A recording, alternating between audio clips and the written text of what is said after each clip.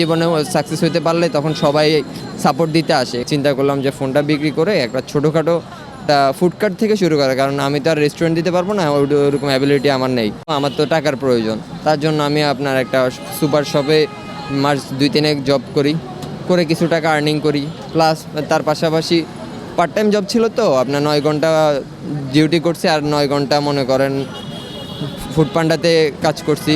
আমার বিজনেসটা শুরু করার ক্ষেত্রে হচ্ছে আমি অনার্স ফার্স্ট ইয়ারে পড়ি এই কলেজে। তো তারপর হচ্ছে গিয়ে আমার একটা বিজনেস স্টার্ট করার একটা ইচ্ছা ছিল।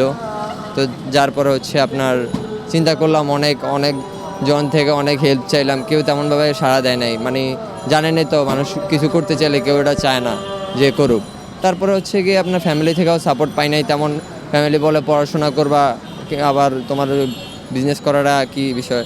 পরে আমি বললাম যে দেখেন, আপনাদের তো এখন ফ্যামিলি থেকে আর কতটুকু নিব, এখন অনার্সে পড়ি, ফ্যামিলি থেকে নেওয়া তো যায় না, একটা মনে করেন বড় হয়েছি। তারপর হচ্ছে গিয়া আপনার শুরু করলাম, বাবা মা পড়াশোনার জন্য একটা 10-12 হাজার টাকার একটা নর্মাল ফোন কিনে দেয়। তো ওই ফোনটা দিয়েই শুরু করা আমার। ফোনটা থেকে হচ্ছে আপনার ফোনটা চিন্তা করলাম যে ফোনটা বিক্রি করে একটা ছোটোখাটো একটা ফুডকার্ট থেকে শুরু করা, কারণ আমি তো আর রেস্টুরেন্ট দিতে পারবো না, ওরকম অ্যাবিলিটি আমার নেই।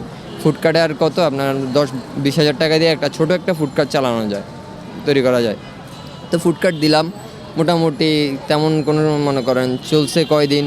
এরপরে যে কস্টটা ওটা আমি সামলাইতে পারি নাই, আমার ওই রকম অ্যাবিলিটি ছিল না তখন। তারপরে ফুডকার্টটা আমি মনে করেন বাদ দিয়ে দিলাম। এখন কি করব, আমার তো টাকার প্রয়োজন, তার জন্য আমি আপনার একটা সুপার শপে মাস 2-3 জব করি, করে কিছু টাকা আর্নিং করি, প্লাস তার পাশাপাশি পার্ট টাইম জব ছিল, তো আপনার 9 ঘন্টা ডিউটি করছি আর 9 ঘন্টা মনে করেন ফুড পান্ডাতে কাজ করছি।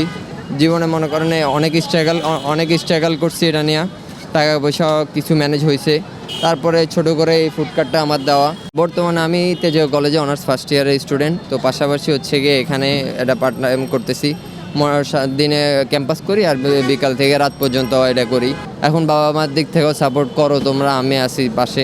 ভাই সাকসেস হইলে মানুষ মনে করেন জীবনে সাকসেস হইতে পারলে তখন সবাই সাপোর্ট দিতে আসে, কিন্তু ভাই যেটা খারাপ সময়ে কাউরে পাশে পায় না, একটা আফসোস। সেটা ব্যবসার ক্ষেত্রে হচ্ছে গিয়ে ভাই একদিন ভালো হবে একদিন খারাপ হবে, এটা স্বাভাবিক। তো মাস শেষে 1.5-2 লাখ টাকার মতো সেল হয়। তো খরচ টরচ বাদ দিয়ে দিন চলে আমার, ভালোভাবে আমি থাকতে পারি।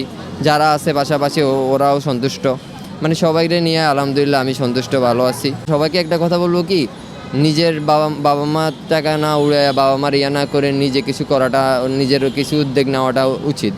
কারণ আপনি মনে করেন নিজে ইনকাম করলে তখন বাবা মার একটা সাপোর্ট হয়। বাবা মা কয়দিন করবে, আপনার একটা বয়স হয়েছে, ভার্সিটি পড়েন বা কলেজ শেষ করছেন, তখন পার্ট টাইম আপনি কিছু টাকা ইনকাম করতে পারলে ওই টাকাটা দিয়ে আপনার হাত খরচ চলবে। বাবা মাও সন্তুষ্ট, আপনিও সন্তুষ্ট, আপনার ভালোভাবে থাকবেন। কম দামের ভিতরে মজাই ছিল, ভালোই ছিল, কোয়ান্টিটি ভালো, কোয়ালিটিও ভালো। সম্প্রতি আমি কিছুদিন আগে ভাইদের কাছ থেকে খেয়েছি, আলহামদুলিল্লাহ অনেক পারফেক্ট ছিল। অন্যান্য হোটেলের চেয়ে এই ফুডপার্টের খাবারগুলো বলতে অনেক ভালোই ছিল। কম দামের মধ্যে এই খাবারটা, আমরা যে মুখরোচক খাবারটা মনে করেন যে কম দামের মধ্যে হলেও অনেক ভালো।